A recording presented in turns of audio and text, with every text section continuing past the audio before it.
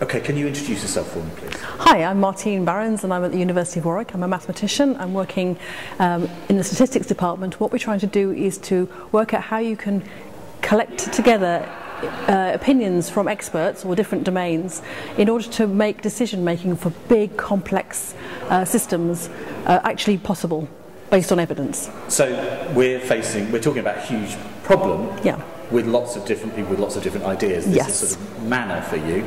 Yes, indeed, indeed. So, for example, in the food system, you have the agriculture side, you have the economic side, you have the human side, the household level side, you have the health side, you know, you have the international relations where we get our food from, this kind of thing. So how can you pull all the evidence that the different experts have together so that when you're maybe a local authority or a government saying, we're going to make this policy, what is this policy going to do to food security?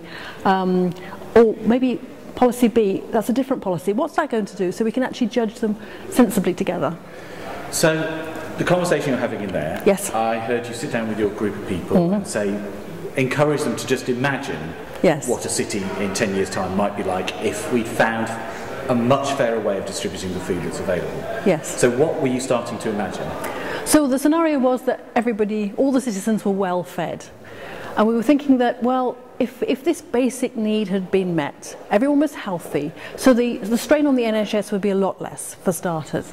But also as individuals, you'd have a lot more capacity for other things in your life. So you had your health, you had your food, so maybe you would be investing more in your family life. Maybe you'd be investing more in your community. You probably wouldn't have to work so many hours just to make ends meet. So you would have the capacity to think. If you're well fed and you're healthy, you can think, you can be creative. Maybe more creative arts would come out. Maybe there would be more gardening, more imaginative R&D about how we can actually grow trees on the top of our high-rise buildings, or even down the side, why not? You know, and still harvest the fruit. And a Birmingham like that, what are we doing? What is actually going on that's making that set of circumstances come about? So I mean, one of the things that you talked about a bit was that I think, did you say something like housing costs have gone down or something like that? Yes, yes. So yeah, if you had a situation where housing costs have gone down, maybe we lose the sort of idea that everybody has to, quote, own their own home. Maybe we go back to having long-term secure tenancies. So people have a home to live in, whether it is technically theirs or not, in the sense of they own the bricks and mortar. But then they are free to express themselves within the home. They don't have the anxiety of maybe being kicked out and so on. And they can have some of the things that other people in the group were saying were, you know, homes with dining rooms, homes with decent-sized kitchens so you can cook together, that kind of thing.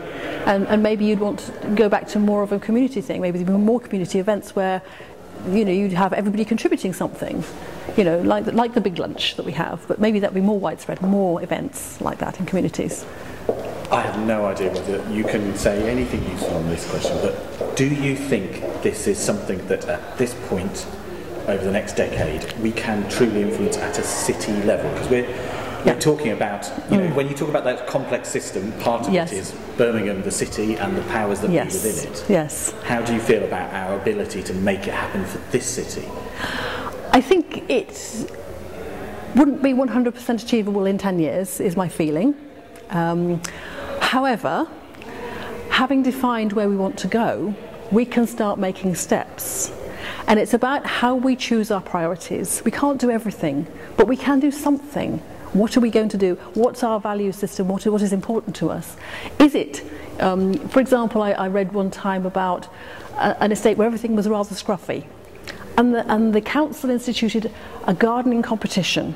And the sum of money that people were going to win was actually quite modest, a couple of £100. But to the people who were living in that was quite a sizable sum to come into. And the standard of looking after the properties just went up because there was this competition.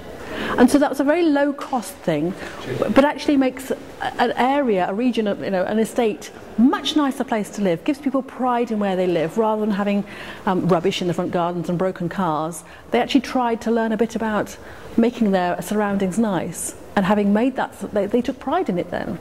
So maybe there are small things we can do like that, so to engage the community.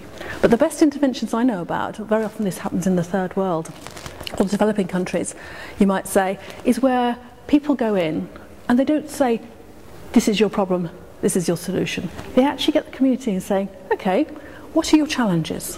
What would you like to do? What would you like to be able to do? And then they actually resource with either finance or equipment or knowledge, the things that the community has themselves identified, and those things become sustainable. So I think we can take that kind of approach. Brilliant, thank you.